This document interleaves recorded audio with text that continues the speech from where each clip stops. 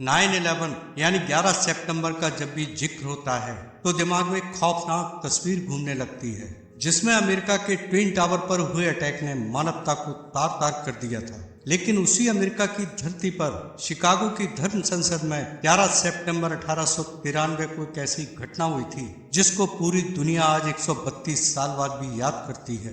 और वह थी स्वामी विवेकानंद जी की वह स्पीच जो उन्होंने शिकागो की धर्म संसद में दी थी। स्वामी जी ने शिकागो में जब स्पीच दी थी तब उनकी उम्र सिर्फ 30 साल की थी। स्वामी जी का यह भाषण न केवल भारतीय संस्कृति और सनातन धर्म का परिचय देने वाला था, बल्कि पूरे विश्व में भारत की आध्यात्मिक और धार्मिक समृद्धि को दर्शाने वाला भी था। यह स्पीच स्वामी जी ने अंग्रेजी में दी थी, लेकिन मैं आपके सामने इस ऐतिहासिक स्पीच को हिंदी में रखने की कोशिश कर रहा हूँ। स्वामी जी ने जब बोलना शुरू किया, Sisters and brothers of America,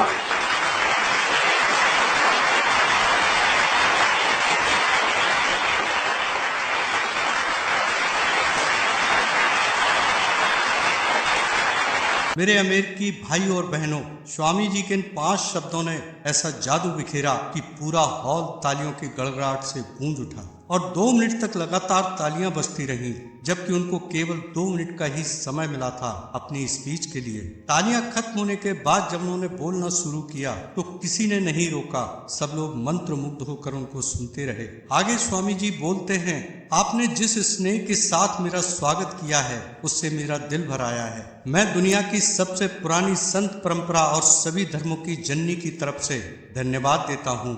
सभी जातियों और संप्रदायों के लाखों करोड़ों हिंदुओं की तरफ से आपका आभार व्यक्त करता हूँ। मैं इस मंच पर बोलने वाले कुछ वक्ताओं का भी धन्यवाद करना चाहता हूँ, जिन्होंने यह जाहिर किया कि दुनिया में सहिष्णुता का विचार पूरब के देशों से फैला है। मुझे गर्व है मैं उस धर्म से हूँ जिसने दुनिया को सहिष्णुता और सार्वभौमिक स्वीकृति का पाठ पढ़ाया है। हम सिर्फ सार्वभौमिक सहिष्णुता पर ही विश्वास नहीं करते, बल्कि हम सभी धर्मों को सच के रूप में स्वीकार करते हैं। मुझे गर्व है कि मैं उस देश से हूँ जिसने सभी धर्मों और सभी देशों के सताए गए लोगों को अपने यहाँ शरण दी। मुझे गर्व है कि हमने अपने दिल में इसराइल की वो पवित्र यादें सजो रखी हैं जिनमें उनके धर्म स्थलों को रोमन हमलावरों ने तहस नहस कर दिया था और फिर उन्होंने दक्षिण भारत में शरण ली। मुझे गर्व है कि मैं एक ऐसे धर्म से हूँ जिसने पारसी धर्म के लोगों को शरण दी और लगातार अब भी उनकी मदद कर रहा है। जिस तरह अलग अलग जगहों से निकली नदियां अलग अलग रास्तों से होकर आखिरकार समुद्र में मिल जाती हैं, ठीक उसी तरह मनुष्य अपनी इच्छा से अलग अलग रास्ते चुनता है। ये रास्ते देखने में भले ही अलग अलग लगते हैं, लेकिन ये सब ईश्वर तक ही जाते हैं।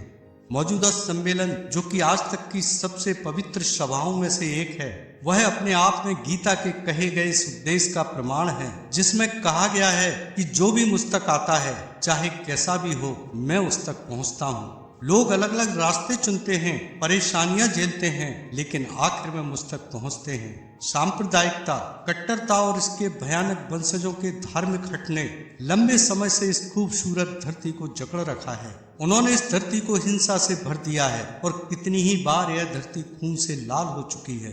न जाने कितनी सभ्यताएं तबाह हुई और कितने देश मिटा दिए गए। यदि ये खौफनाक राक्षस नहीं होते तो मानव समाज कहीं ज्यादा बेहतर होता, लेकिन उनका वक्त अब पूरा हो चुका है। मुझे उम्मीद है कि इस सम्मेलन का बिगुल सभी तरह की कट्टरता, हठधर्मिता और दुखों का विनाश करने वाला होगा, चाहे वह तलवार से हो या फिर कलम से। अब समय आ गया है कि हम इस भेदभाव को समाप्त करें। मैं आशा करता हूं कि यह महासभा, जो आज इतनी गरिमा और भव्यता से आयोजित हुई है, यह सिद्ध करेगी कि सहिष्णुता और प्रेम की गूंज केवल भारत में ही नहीं बल्कि पूरे विश्व में सुनाई देगी। अंत में अपनी बात को एक वैदिक मंत्र से समाप्त करना चाहता हूँ। अस्तो माँ सद्गमय, तमसो माँ ज्योतिर्गमय, मृत्योर माँ अमृतम गमय, जिसका अर्थ है, हे प्रभु, हमें असत्य से सत्य की ओर ले चलो, अंधकार से प्रकाश की ओर ले चलो, मृत्यु से अमृत्यु की ओर ले चलो। ऐसे और वीडियो देखने के लिए चैनल को सब्सक्राइब कर बेल आइकन जरूर से प्रेस करें। धन्यवाद।